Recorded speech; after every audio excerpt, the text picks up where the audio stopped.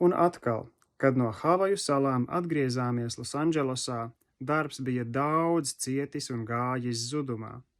Tajā laikā misijas jau bija sākušas apkarot viena otru un gandrīz jau bija beigušas pastāvēt. Mīlestības bija pavisam maz. Tur notika priecāšanās, bet tas bija miesā. Augsta, nocietinājusies dedzība bija aizņēmusi dievišķās mīlestības un gara dotā maiguma vietu. Misijas, ko tagad atradu, bija dedzīgas aizstāvēt savas doktrīnas. Iesāku atkal sludināt 8. un Kļavu ielās, Azusa misijā un Hermonā. Azusa bija ļoti gājusi zudumā, kopš mēs to bijām atstājuši. Pār mani ļoti spēcīgi nāca frāze no 2. Samuēla grāmatas 1. nodaļa 19. pants. Tavs krāšņums, ak, Izraēla, ir kritis tavos kalnos, ak, kā ir krituši varoņi. Kādu vakaru tur pār 3 no mums varanā veidā lūgšanā nonāca gars. Viņš mūs pārliecināja, ka atkal no jauna, kā sākumā,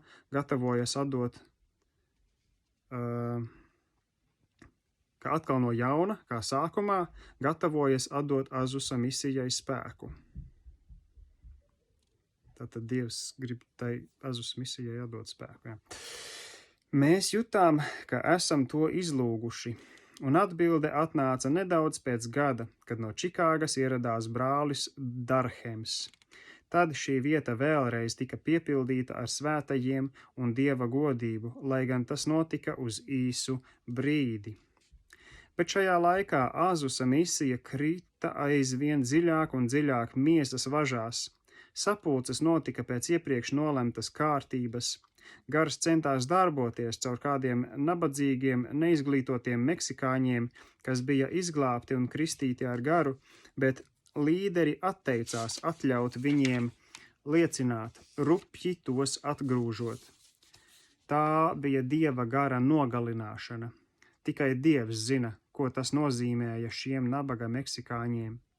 Personīgi es drīzāk gribu mirt, nekā atzīt pār sevi cilvēku virskundzības garu.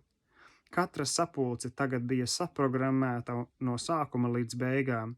Šķietamās briesmas bija jāierobežo, un tas viņiem izdevās. Tagad es sāku apzināties, ka tas kungs mani aicina ceļot apkārt pasaulē misijas ceļojumā. Tam bija jānotiek ticībā, un man nebija jāpiedar ne centam. Es patiešām jau ilgi biju jutis aicinājumu gadiem ilgi ceļot, un tagad bija pienācis šis laiks.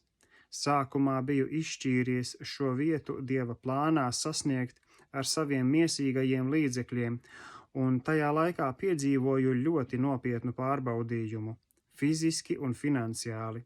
Tomēr mana pārliecība kļuva 100% pēc laika, kad man šķita gandrīz neiespējami nopelnīt vairāk nekā pārdesmit centu, tas kungs negaidīti atvēra ceļu iesākt.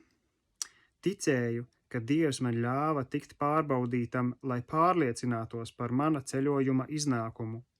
Izskatījās, ka man nolemta badošanās pirms atvērās ceļš. Un tā 1910. gada 17. martā es atstāju mājas, lai ticībā apceļotu zemeslodi, apmeklētu Eiropu un lielāko daļu no galvenajiem vispasaules misijas laukiem. Es pavadīju 6 priekpilnas nedēļas Palestīnā, virzoties tālāk no Ēģiptes uz austrumiem. Apmeklēju Indiju, Ceilonu, Ķīnu un Japānu, šķērsoju Kluso okeānu un iebraucu Honolulu. Biju projām 11 mēnešus un 1 nedēļu. Mana ģimene pilnīgi uzticējās Dievam un saņēma daudz labāku aprūpi nekā jebkad agrāk, kad es atrados viņu vidū.